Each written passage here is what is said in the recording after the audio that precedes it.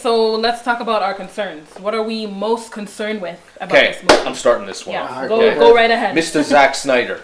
The pacing here of his more recent films, not his early career, his early Dawn of the Dead, 300, and so on. Yeah. I love those movies. I love the way they were paced. But the more recent ones, and obviously the most recent being Man of Steel, that second act slowed to a crawl and just made me want to die.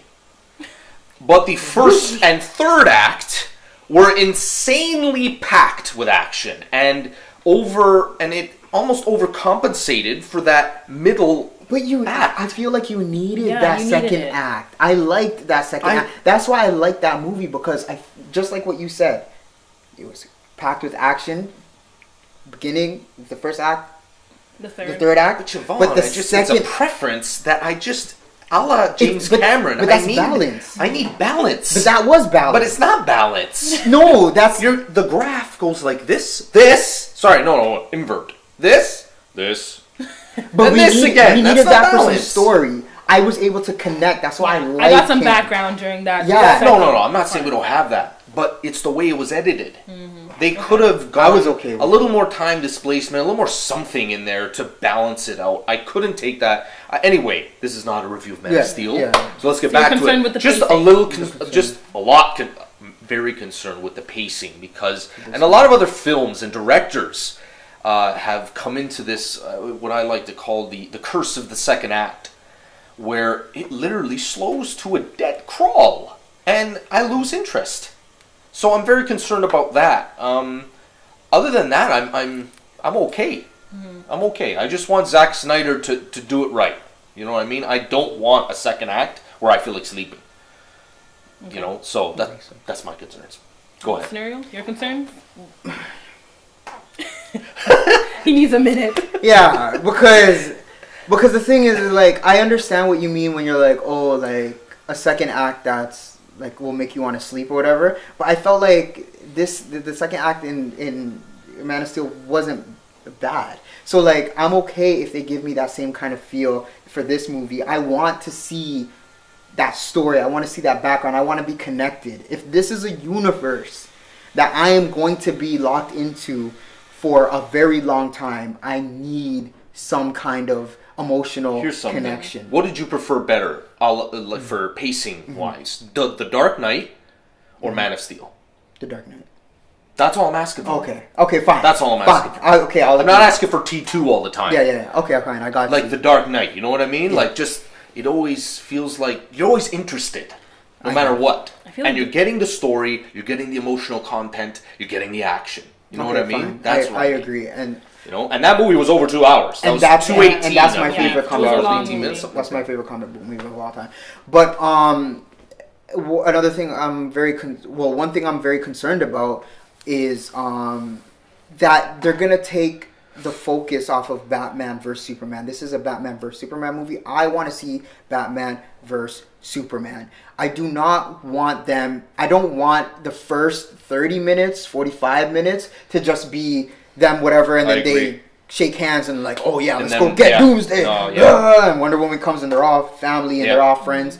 I want this to be majority Batman vs Superman, and then at the end there's a bigger threat. Little thing on top, That's the only thing I'm really concerned about. I'm not really concerned about, and I'm concerned about Gal Gadot, but other than that, I'm not really concerned about anything else. I just want this movie to be good, and so I just have that one concern, and that's it.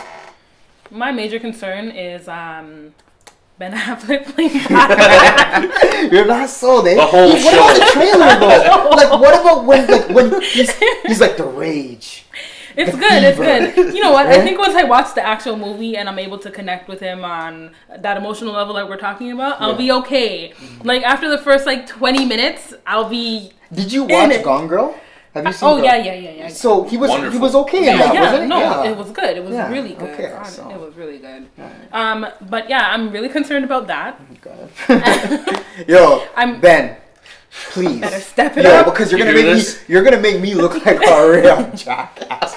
So please. I am concerned about that. I'm not gonna lie. right? But another thing I am concerned about is that they don't take the focus off of Batman and Superman and then go to this alternate threat that's threatening the both of them. I want to see the people choosing sides. You know what I mean? Like torn between the two sides and choosing who's good or evil. You know what I mean? I want them both to fight for their cause. And I kind of want to see that too. I want there to be an evil one. I don't want to just see two good guys fighting each other. I want someone to be a villain. For me, and in order for us to see the villain, we have to see the people choose. Like the people who are in that world. That's the regular civilians. It looks to me like Batman I think the people choose Superman. To be the hero. Yeah. From what we've seen.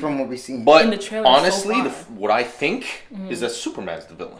That's how I feel. Running around, I feel like he could be doing his own thing. Like he will and Batman is going to be like, I'm going to show the people that you're vulnerable. He's still a vigilante, though. Oh, I know. He is. I know. But I think that but once the people they see, will choose. Yeah, the people will choose, and once they see, because human beings are threatened when they can't control a certain power, and that's Superman. And that's Superman. Yeah. So I feel like they will eventually get scared, as human beings do, and they will fear him, right? So that's.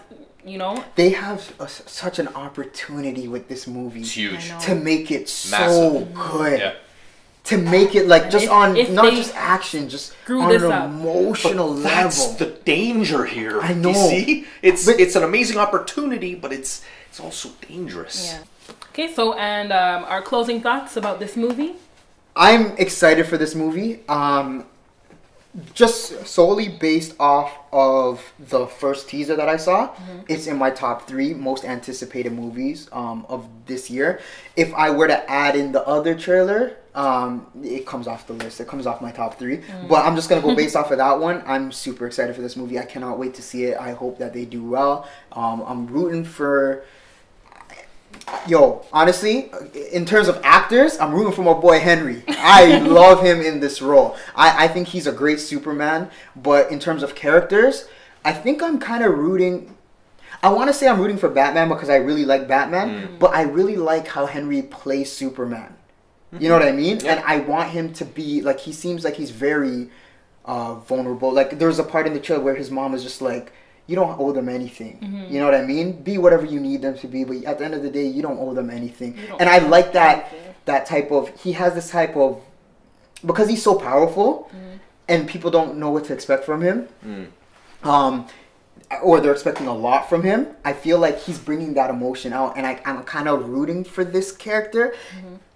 If I was just going to choose characters alone, I would probably choose Batman. Yeah. But for this movie and what I've seen, because I'm already connected to Henry as Superman, I think I'm going for Superman on this one.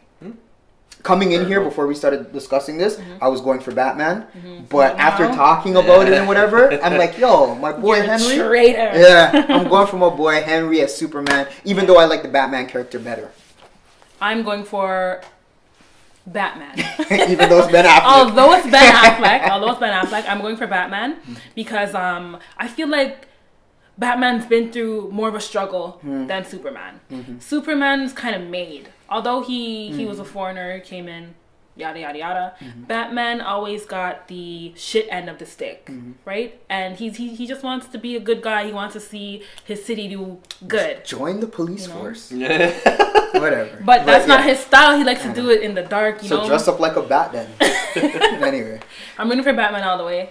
I don't know. I think Batman's going to win, though. I think Batman's going to win, too. Especially because they want to sell people on Ben Affleck. Yeah. And that's how it works. I want to see him win because he has absolutely no superpower, right? Whereas Superman is all powerful and mighty. Batman has no superpower, so he has to work with his gadgets, his tools, his mind, you know what I mean? All of that. That's why I want to see him win, man.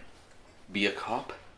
Really? Do I look like a cop?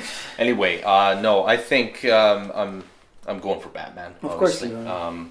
But why? They're gonna end up. Why? Because like, I love how he's the Dark Knight, man. He does things his own way. I always kind of relate to that character because just that's how I am in my own life. The dark horse, you know what I mean? Like the underdog. I love his story and the obstacles that he faces. I understand them more. Okay, so we know that Deadpool came out recently. How do we think that this movie's gonna do? up against Deadpool in earnings in the first weekend and the second weekend. How do we feel? Like, we know Deadpool did amazing. I think this movie is gonna smash Deadpool.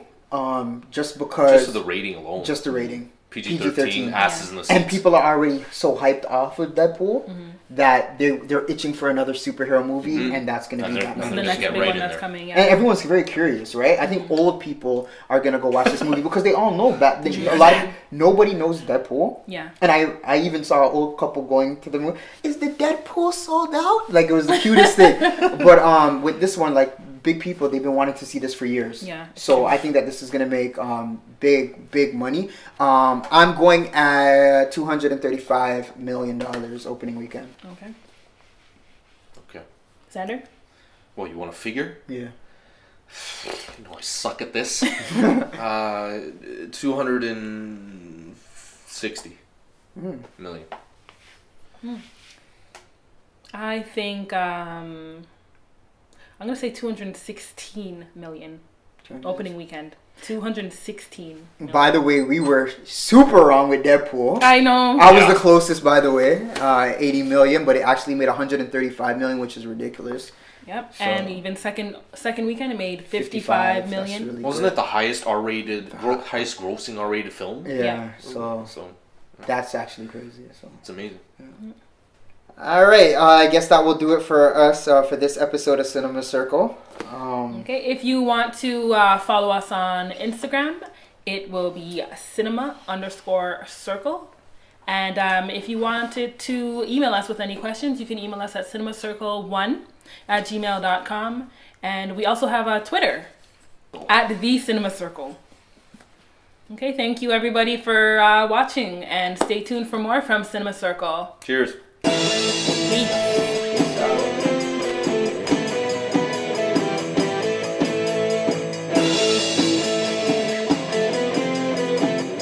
My fellow Cineplexians, we would be honored if you would join us, so become part of the circle.